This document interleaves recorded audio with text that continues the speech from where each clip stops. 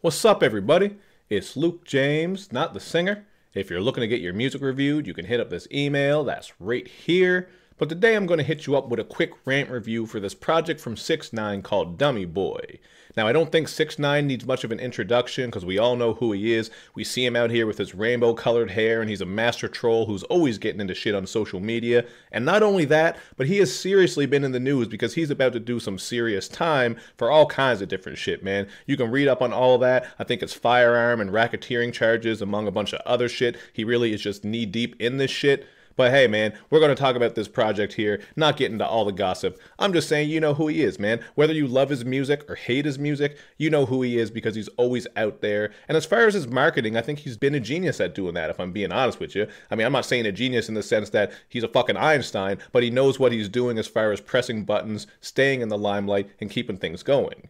But when it comes to his music, he's mostly known for just yelling angry, offensive, just in-your-face lyrics over top of some very heavy beats, lots of 808 and just aggressive sounds, so he doesn't really mix it up too much. I actually did review his last project, Day 69, and I considered him to be a very one-dimensional artist, and even after listening to this one, I actually feel the same way.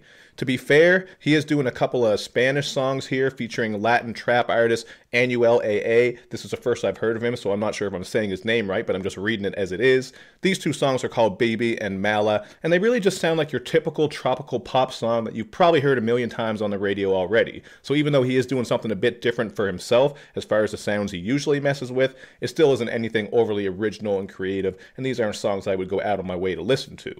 But other than that, 6ix9ine, like I said, he's usually doing that yelling, angry approach, but he does once in a while go back and forth to this melodic style where he's keeping it more low-key, doing that sort of auto-croon thing that so many other people do.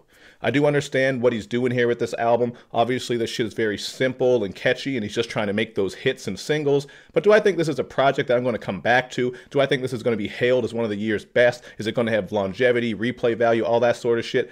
Absolutely not. I don't think so, man. I just think this album gets boring very, very quickly because you are hearing the same sort of shit over and over. And it's not like 6ix9ine is a fucking wordsmith. I mean, look at the title of these tracks. It's like Mama, Papa, Doodoo, Kaka, Baby, Sheepy, Beepy, Boopy, Boo. It's like he just started rambling some shit off, and that's how he came up with his titles. So you are going to find that he gets very repetitive with his lyrics. You're going to hear him rapping about his bitches and his dick a million fucking times. And another thing that he loves to do is rhyme nigga. He basically uses nigga as padding and filler throughout his bars, like he's making some fucking cake and just filling that shit in there. A nigga cake, you know what I mean? But one of the things that I found interesting about this project is that as cartoonish and outlandish as he is outside of his music, like on social media and when he's just building up that buzz like I was talking about earlier, he doesn't really bring all that shit into his music. Like, you think maybe he'd be a bit more full of personality or maybe saying some shit that was a bit more interesting or whatever throughout this project. If you're going to give him the benefit of the doubt, you might think that, maybe not. But I'm just saying you're not really getting that here. It's almost as if his antics are more entertaining than his music is, because as I said, man, this shit gets redundant and very boring.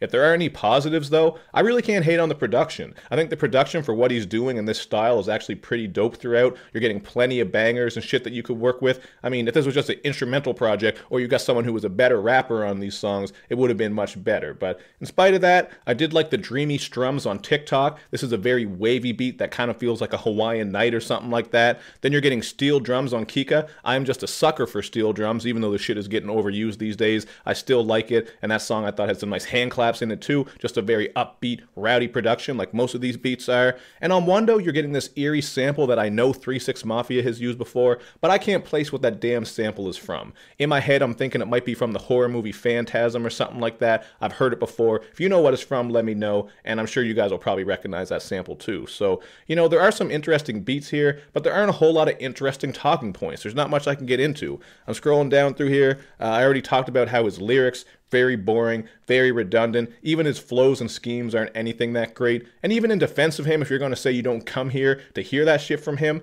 it's still part of the damn music. So it does get redundant and boring. Said that a couple times. Like, you know a project is redundant and boring when you keep coming back to that point because you're like, what else can I say that's interesting about it? And there really isn't that much. Now, to wrap up some of the features, you do get Bobby Shmurda literally phoning a verse in on Stupid. This one is a nice banger as well. This is a track where 6ix9ine calls out radio personality Ebro and basically just gets at him for being an old head who doesn't know what the fuck he's talking about. He did that actually a couple times on this album, so clearly that's a soft spot. And he is working some little drummer boy pa-dum pum pum pum pum pum pum pum pa-dum pa pa pa pa pa pum flows on this thing. Thought that was kind of funny and charming, kind of stuck out a little bit, but you know, it's not anything amazing. You're also going to see the usual auto-crooning all-stars on here. I'm talking about Gunna, Boogie, Tory Lanez, Lil Baby, and even a new guy named Trife Drew, who basically just sounds like all the other auto-crooners and crooners you heard before. So, you know what, it's pretty pointless hearing him. Apologize for my heat coming on just now. It's cold as fuck here in winter. You're going to notice that in some of my reviews once in a while. Sometimes I do turn the heat down, but it's hard for me to turn it off when I got these babies sleeping upstairs and shit. Got to keep it nice and warm and toasty, you know what I mean? But I don't think it's that big of a deal. Just kind of annoys me when it happens right in the middle of my review. But we are pretty much at the end here. You also get Kanye and Nicki on a couple of tracks, but they're basically just matching up 6ix9ine's P-Brain content, so you're not getting much to talk about there. The song FEFE in particular apparently is about making a homemade fleshlight. I didn't know that's what a FEFE was, but I guess that's something they do, you know what I mean? Maybe you take like a wet bag of pudding or something and put it between the couch cushions, open it up, make it all, maybe microwave it first, make it nice and toasty. I don't know, you could probably fuck that. I don't know, what the fuck am I talking about? Moving on, we ain't talking about fucking pudding. You can if you want. I guess that'd be a FEFE. But at the end of the day, you know what? I am going to go with a 2 out of 5 here. I almost went lower, but this kind of is what you expect from Tech 9. Tech 9. God damn it, man. I'm fucking this review up like crazy at the end, man. I'm just off my shit. This damn sure ain't Tech 9. This is some 6ix9ine very clearly.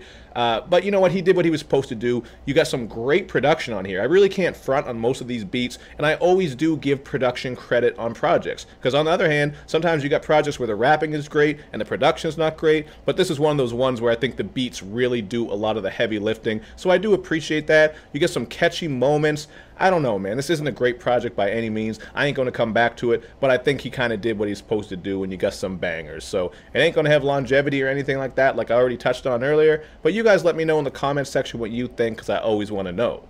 You also want to make sure you do all that good YouTube and social media stuff where you show me love, you know, you pass my videos around. Show me love and show me lots of it is what I always say. So make sure you do that. Check me out on social media. Check out the podcast and all those things. Thank you for watching, everybody. I will see you next time.